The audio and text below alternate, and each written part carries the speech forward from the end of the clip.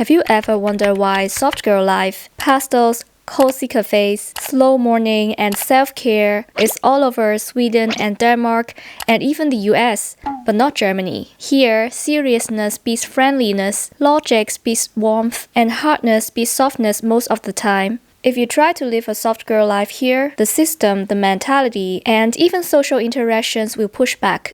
Hi, this is Cloris. How are you doing? Today we are breaking down why soft girl lifestyle simply doesn't fit into German cultural, social, and political structure, even though almost half of the German women work part-time. It's about history, philosophy, feminism, emotional norms, and even tax policy. A soft girl or softie trend is a Gen Z subculture that popped up in 2019. It's both a fashion style, a vibe, centered on looking cute, sweet, and ultra-feminine. Soft girl often lean into pastel colors, gentle personalities, and an overall girly girl energy. Style-wise, the aesthetic is all about soft pastels, Y2K, and 90s throwbacks, bits of anime and K-pop influence, and anything cozy or nostalgic. Hearts, flowers, plushies, and fluffy decor. It's similar to Japanese kawaii style, but with a more toned-down and dreamy feel.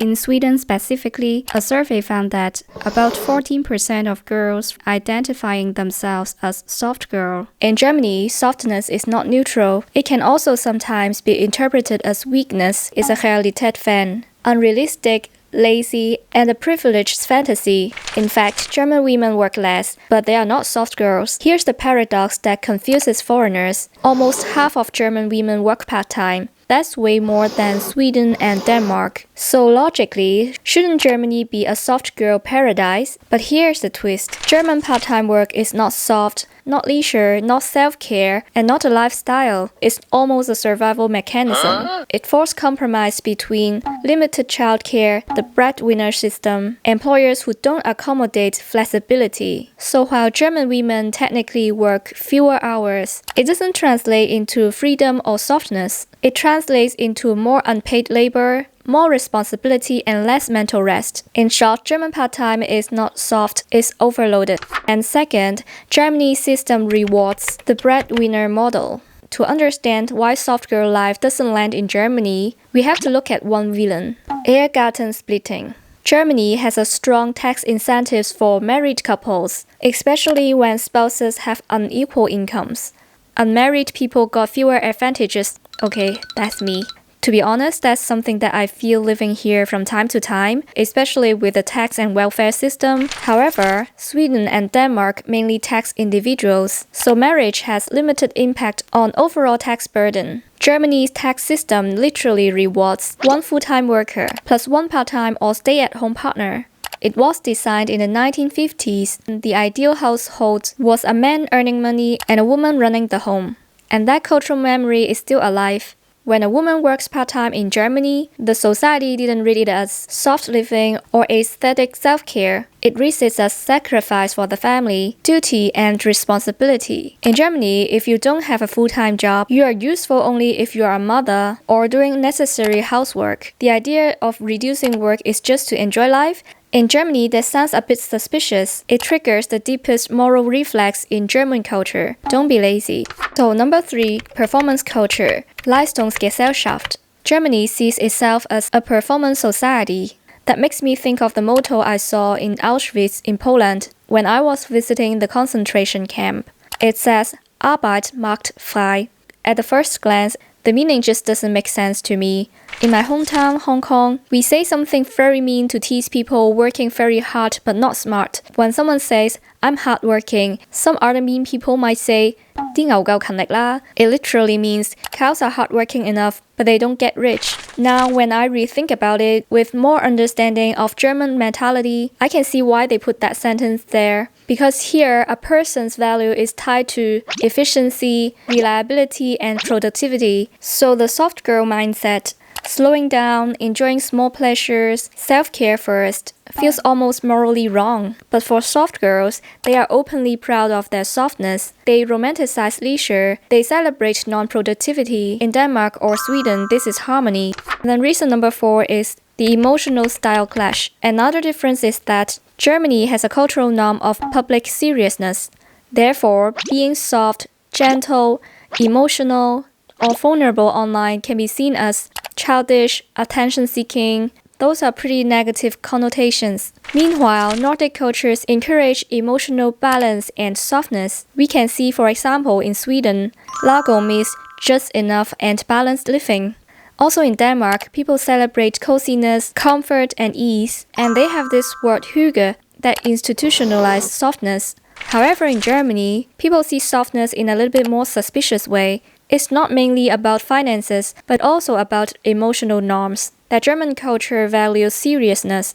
I remember a friend told me that even at the university, professors also don't like the light-hearted style of presentation. You have to be very serious and you don't make any jokes. Therefore, some foreign students might got very bad grades. Like some American students, they try to get audience attention by making something very funny and creative in the presentation. Some German professors just don't like it. Also at work and business scenario, the German way of presentation has to look very serious and professional, but sometimes, to be honest, it's quite boring that I'm not even sure other people are paying attention to what they say. If you have any experience of listening to a German presentation, please share your experience in the comment. I would really love to read them, and I promise I will reply to you as soon as possible. In general, from my very personal experience, I think a lot of German people hold a more skeptical view of new things or creative ideas because they might feel a bit insecure or those ideas look very unfamiliar to them and they will be very cautious about it. Based on the experience of my friends and myself, it's definitely not easy to push a creative idea to German people. But of course now we see what's the logic behind that and what the German mentality is. Again, I'm not talking about all of them, but just quite a lot of them when we compare it to other cultures. So yeah, that sometimes they give an impression like they want everything to be very safe, but definitely not pursuing the most innovative path. Okay, I don't want to sound like I always talk something bad about Germany. I also made a video sharing what I appreciate about Germany. You can check out the link here. And number 5, German feminism sees softness as a regression. German feminism, especially since the 1970s, fought against the housewife marriage. The mantra was, without your own income, you are not free. Ohne wirtschaftliche Unabhängigkeit des Weibes von Männern von der Familie die Emanzipation unmöglich wird. So for older feminists, the soft girl aesthetic looks like a step back into dependence, domesticity, or traditional gender roles. Even if today's soft girl trends is about mental health, self-expression, creative autonomy, and slow living, it visually resembles the 1950s Hausfrau model, the housewife ideals. The criticism is partially ideological and symbolic. For some people, soft girl symbolizes privilege, dependency, and regression. However, in the Nordics, feminism evolved differently. Over there, choice feminism dominates, meaning do what you want as long as you are supported by the system. Meanwhile, Germany still carries the old trauma of forced domesticity.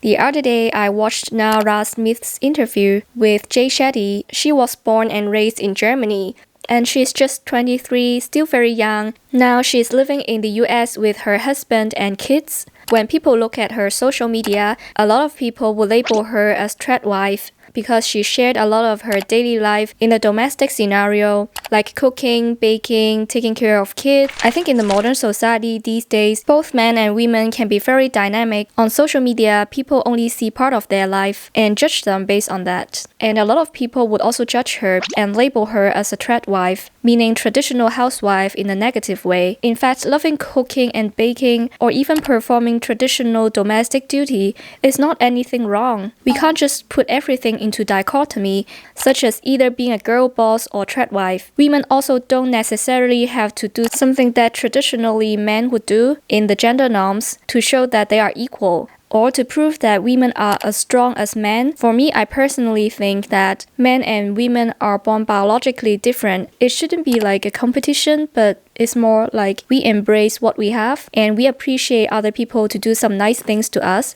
which doesn't mean that you got belittled or you are not equal. I have made a video about my struggles living in Germany earlier due to culture shock and clash of some belief rooted in my specific personal cultural background and upbringing. Those incidents took place in Germany, but probably not limited to Germany. It's just part of my personal stories, but I've learned how to navigate the cultural differences, and I would say it's getting better. If you're interested, you can check out this link. Interestingly, in reality, a lot of German women already live the time of soft girl, probably not willingly. That's why the soft girl trend feels alien, because in reality, being soft always comes with guilt or punishment, according to its cultural values, policies, and philosophy. Regarding guilt, I've made another video comparing the perception of motherhood in Germany and East Asia by addressing the problem behind the labels of Rabenmutter and Tiger Mom. If you're interested, you can check out the link here. After all, in modern society, I think no matter you're a man or woman, we always have more choices to choose who we want to be, regardless of the gender norms. The most important thing is we choose a path that aligns with our inner value the most, without fear of being judged, and we just respect each other for what they choose to do. Also, in different societies and cultures, the same label or same term can represent very different ideologies and be perceived very differently. If you like this deep dive into culture, don't forget to give this video a thumbs up, subscribe to my channel, and share it with friends. Thanks for watching, take care, and see you in the next one. Bye!